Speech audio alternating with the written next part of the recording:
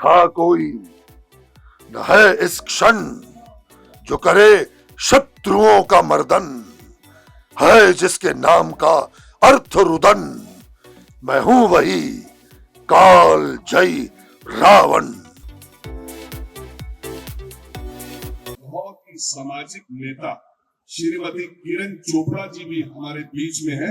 मैं निवेदन करूंगा प्रवीण दीवान जी से, उनको ऊपर लेकर आए, अंकुश विद जी को उनको मंच पर लेकर आए। विधु जी हमारे बीच में सतपाल सिंह गुम्बर जी हैं, आपका बहुत बहुत अभिनंदन।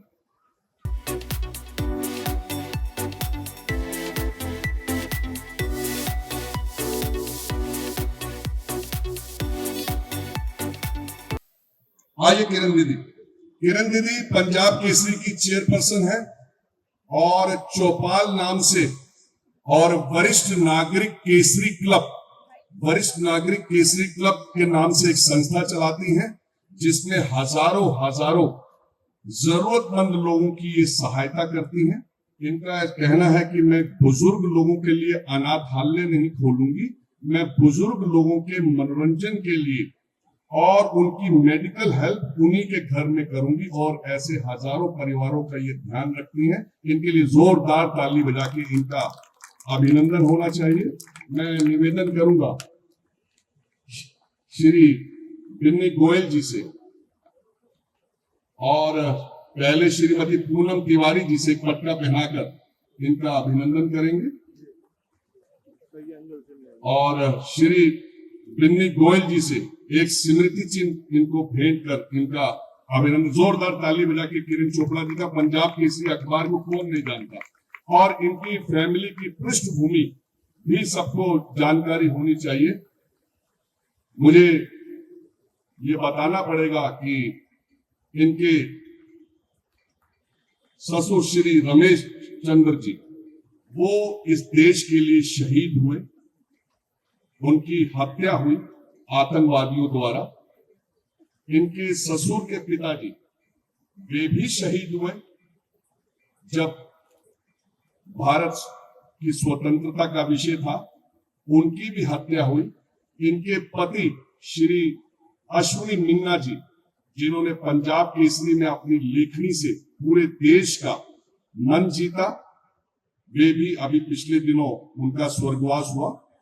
तो अभी श्रीमती किरण चोपड़ा जी जरूरतमंद सीनियर सिटीजन्स को मदद करके और अखबार के अंदर सच्ची खबरें छाप कर हम सबको जागरूक करती है देश के प्रति हमारे क्या क्या कर्तव्य होने चाहिए, क्या हमारे अधिकार होने चाहिए। हमारे बीच में अर्जुन जी भी हैं जो पंजाब केसरी में दिल्ली का काम देख रहे हैं, आपका बहुत बहुत अभिनंदन। मैं अंकुश विद जी अपने लीला के महासचिव से निवेदन करूंगा, पटका पहना के स्वागत करेंगे, और अमित गर्ग जी एक स्मृति चिन्ह हमारे रामला के वरिष्ठ उपाध्यक्ष श्री अमित गर्ग जी एक स्मृति चिन्ह भेंट करके उनको सम्मानित करेंगे। अर्जुन जी के लिए जोरदार ताली बजा के इनका अभिनंदन होना चाहिए। एक बार ताली बजाइए जोर से। श्रीमती किरण चोपड़ा जी से मैं निवेदन करूंगा अपना संबोधन दे। जोर से बोलो जय श्री राम, हाथ ऊपर करके बोलो जय श्री राम। अब थोड़ा सा करंट है, ज्यादा नहीं जितना चाहिए। आज यहाँ रामलीला में आकर और अपनी बहन शिखावत को मिलकर और वकील सेठी और सभी जो मंच पर हैं, एक एक का नाम लूंगी तो बहुत ज्यादा, सभी बहन भाई जो मंच पर हैं और जो सामने बैठे हैं, उनका मैं अभिनंदन करती हूँ और धन्यवाद करती हूँ कि मुझे आपने यहाँ मंच पे बुलाया। हम सभी जानते हैं कि नवरात्रों में रामलीला होती है और हम सभी लोग अपने परिवारों के साथ इसको देखते हैं, इसका आनंद लेते हैं। इसके जो आयोजक होते हैं वो बहुत मेहनत करते हैं, जैसे विकेश सेठी दिख रहा है कि बहुत मेहनत कर रहे हैं, बहुत बोल भी रहे हैं, तो मुझे बहुत अच्छा लगता है। हर साल आती हूँ मैं यहाँ। हम सबको जो रामलीला है सिर्फ एक रामलीला नहीं है, इससे हमारी भारतीय संस्कृति, संस्कार, परंपराएं हैं जो हम सीखते हैं, आने वाली पीढ़ियों को सिखाते हैं। इससे कल दुर्गाष्टमी भी है, हम कन्या पूजन भी करेंगे और रामलीला का भी आनंद लेंगे। सबसे बड़ा जो रामलीला से हम सीख लेते हैं, शिक्षा लेते हैं, वो ये है कि आपसी भाईचारा, प्रेम, त्याग, समर्पण, ये सब भक्ति भावना, ये सब हम रामलीला से ही सीखते हैं। क्योंकि आने वाली पीढ़ियों को हमें हमेशा इतिहास भी बताना है, अपने भारतीय धार्मिक परंपराओं को भी बताना है, इसलिए रामलीला बहुत जरूरी है। हमें सबसे बड़ा जो शिक्षा मिलती है, अगर आपके साथ आपका भाई खड़ा है तो आप रामचंद्र हो, विजयी हो। अगर आपका भाई आपके साथ नहीं तो आप रावण की तरह मारे जाओगे।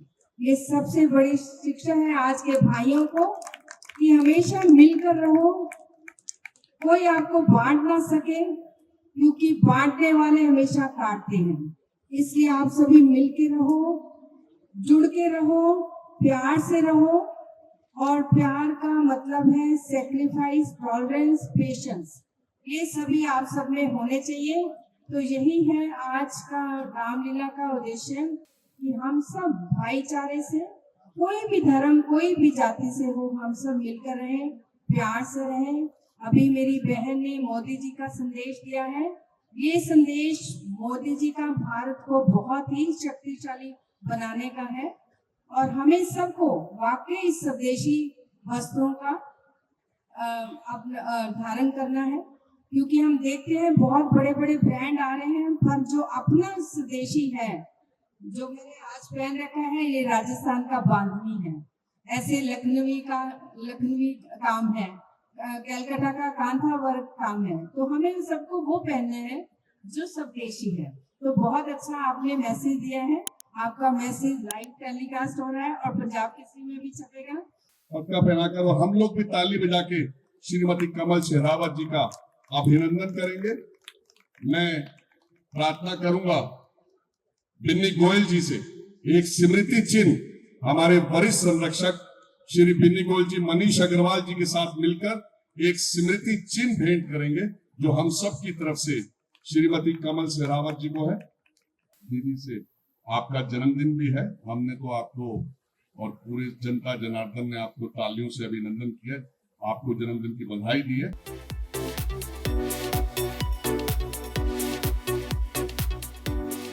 जय श्री राम। भगवान राम का मंचन हम 9 दिन देखते हैं और अंत में दशहरे का दिन आता है, जिसमें हम सब इस बात को ग्रहण कर सकते हैं कि सत्य देखने में कितना भी कमजोर क्यों ना हो, चाहे वो अकेला क्यों ना दिखाई देता हो, लेकिन अगर सत्य का बल है तो नंगे पैर रहने वाले वनवासी राम, सोने की लंका के रावण, जो कि ज्ञानी पंडित भी थे, उनको हरा पाते हैं। ये सत्य की ताकत है, ये धर्म का बल है। अगर हम धर्म के रास्ते पर चलते हैं तो जीवन में संघर्ष हो सकते हैं, लेकिन जीत के प्रति कोई प्रश्न चिन्ह नहीं हो सकता। अंत में जीत सत्य की होती है।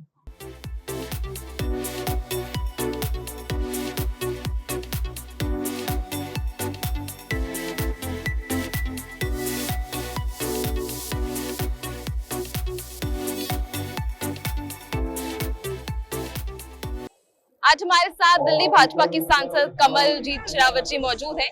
कमलजीत जी, ऐसे रामलीला कमेटी में, प्रोग्राम्स में और आयोजन में हम जैसे देखते हैं, श्री राम हमारे लिए पूजनीय है, उनको ऐसे स्टेज पर देखना युवाओं के लिए कितना ज्यादा प्रेरणादायक होता है और लोगों के लिए ये आयोजन कैसा है? भगवान राम का चरित्र हर युग में अनुसरणीय है। भगवान राम अपने कर्मों से इतने ऊंचे आदर्श स्थापित करते हैं कि मर्यादा पुरुषोत्तम राम कहलाते हैं। हमेशा दूसरे को ताकत देना, निर्बल की मदद करना, चाहे अहिल्याबाई है, उन्होंने श्राप दूर किया, केवट हो, सबरी हो, सबको उद्धार करना, और अंत में लंका के रावण से, जो कि बहुत शक्तिशाली है, तो भी लड़ते हुए उन्होंने अपने देश की सेना नहीं मंगवाई, वहीं के वानर और लोगों से उनकी जोड़कर सेना बनाई और अपनी लड़ाई लड़ी, क्योंकि वो सत्य के बल पर लड़ाई लड़ रहे थे। तो भगवान राम का चरित्र जीवन में बहुत कुछ सिखाता है, एक पुत्र के रूप में, एक राजा के रूप में, एक दोस्त के रूप में। तो भगवान राम अनुसरणीय है और ये रामलीला जीवंत उदाहरण है इन सब के लिए, तो इससे बहुत प्रेरणा मिलती है। क्या आप समझती हैं कि आज भारत देश में राम राज्य स्थापित हो चुका है, और अगर स्थापित हो गया है तो क्या कुछ चीजें हैं जो और भी ज्यादा होनी चाहिए इस देश में? राम राज्य का अर्थ है हम समानता की तरफ बढ़े, देश में सब लोग बराबर हो, एक दूसरे के साथ प्रेम प्यार हो।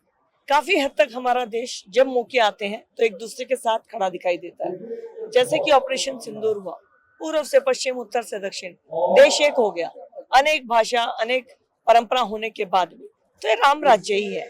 और अपने देश को और ज्यादा समर्थन देकर हम देश को और मजबूत बनाएंगे। हमारी युवा पीढ़ी इसके लिए बहुत मजबूत से है और वो देश को आगे बढ़ाने में अपनी पूरी क्षमता लगाएगी, ऐसा मुझे विश्वास है।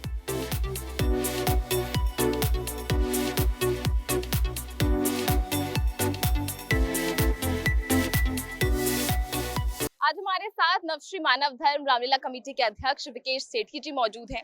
विकेश जी, जब इतने बड़े मंच पर रामलीला आयोजन किया जाता है, इतने लोगों को आमंत्रित किया जाता है, तो कितना मुश्किल रहता है सब कुछ अरेंज करना, और किस तरह से ये रामलीला खास होने वाली? बहुत बड़ी संख्या में लोग आ रहे हैं। भगवान जी राम जी की कृपा है और लगभग 4900 यानी कि लगभग 5000 लोगों की सीटिंग कैपेसिटी है। और आपने पूछा कि कैसे मैनेज किया जाता है, तो सुरक्षा की दृष्टि से हम बहुत अच्छी मेहनत करके बहुत अच्छी अपनी प्राइवेट सिक्योरिटी लगाते हैं। बहुत बड़ी संख्या में सिक्योरिटी वाले हमारे पास होते हैं और बाकी तो राम जी की कृपा के बिना कुछ भी संभव नहीं है। राम जी मैनेज करते हैं सब कुछ। उनके बगैर कुछ नहीं है, राम जी के बगैर कुछ नहीं। अच्छा, आज सेठी बहुत मेहनत कर रहे हैं। अच्छा, आजकल युवाओं को लेकर एक बड़ा सवाल उठता है कि क्या युवाओं को आप रामलीला में उतना आकर्षित कर पा रहे हैं, तो उसके लिए क्या कुछ खास इस बार की तैयारी? युवाओं को आकर्षित करने के लिए देखिए, हमारा मेन टारगेट क्या है? भगवान राम के संदेश को जन जन तक पहुंचाना।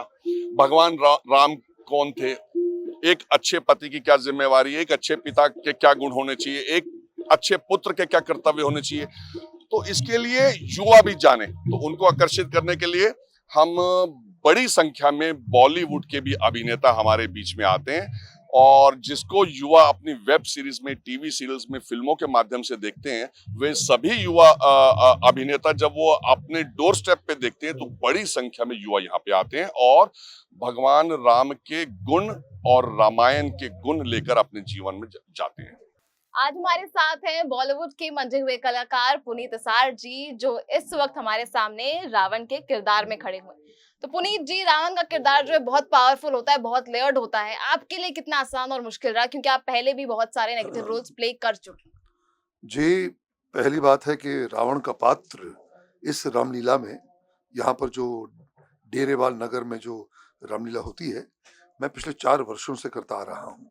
हम रावण के कैरेक्टर को देखते हैं, उसमें बहुत सारे अलग अलग विचार होते हैं। कुछ लोग इसे पॉजिटिव वे में भी लेते हैं कि काफी ज्ञानी थे, और कुछ इसे नेगेटिव में भी लेते हैं। आपके लिए रावण क्या है? आप इतने वर्षों से रावण को परफॉर्म करते हैं। देखिए क्या है, मैं आपसे कहूं, रावण जो है वो बिल्कुल नेगेटिव कैरेक्टर है। ये कुछ आजकल के जो वामपंथी हैं, इनका मानना है कि नहीं, बहुत ही लेयर्ड कैरेक्टर था, रावण इतना विद्वान था। एग्रीड, आप कितने भी विद्वान हो, आपने कितने भी आविष्कार किए हो, आप कितने भी महान ग्रेट क्यों ना हो, अल्टीमेटली आप एक जो है, आपने रक्ष संस्कृति को फॉलो किया, आपने एक नारी का अपहरण किया, नारी का अनादर किया, तो वो आप कहां से अच्छे हुए? तो ये बिल्कुल झूठ है। आप कितने भी बड़े शिव भक्त हो, किंतु आप ऐसा घृणित कार्य नहीं कर सकते। तो for me Ravan is a villain, because I believe there is no gray character in Ramayana. Either you are white or you are black, and Ravan is completely 100% black. अगर एक हम कोई कहें कि आप डायलॉग अभी डिलीवर करें रावण का कुछ शब्दों में, तो वो क्या होगा बेस्ट विद दैट उतना ही पावर एंड एग्रेशन? हमारे प्ले का एक जुमला है, उसका एक तकिया कलाम है, न था कोई न है इस क्षण जो करे शत्रुओं का मर्दन, है जिसके नाम का अर्थ रुदन, मैं हूं वही काल जय रावण। तो आज हमारे साथ है we have a wonderful actor Siddhant Isaar with us, जो भी हमें मर्यादा पुरुषोत्तम श्री राम के किरदार में नजर आ रहे हैं।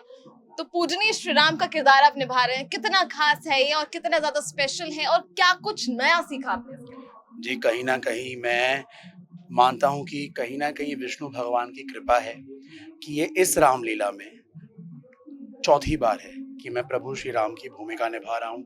इससे पहले मैं 2 टीवी सीरियल्स में निभा चुका हूँ, एक वेब टेली प्रोग्राम में निभा चुका हूँ। सो आई थिंक कहीं न कहीं ये ईश्वर की कृपा है, प्रभु श्री राम की कृपा है, भगवान विष्णु की कृपा है कि राम, कृष्ण ऐसे कई सारे पात्र मैंने निभाए हैं। आपने पिछले 4 वर्षों से ये किरदार निभाया है, तो आपकी लाइफ कैसे चेंज हुई?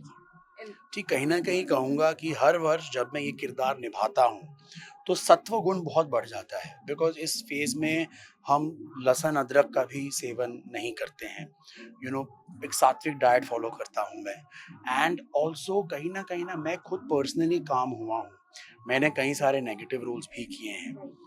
तो जब से मैंने प्रभु श्री राम की भूमिका निभाना शुरू की है, मेरा ना आउटलुक लाइफ़ में काफ़ी चेंज हो गया। मैंने उनके किरदार से बहुत कुछ सीखा है।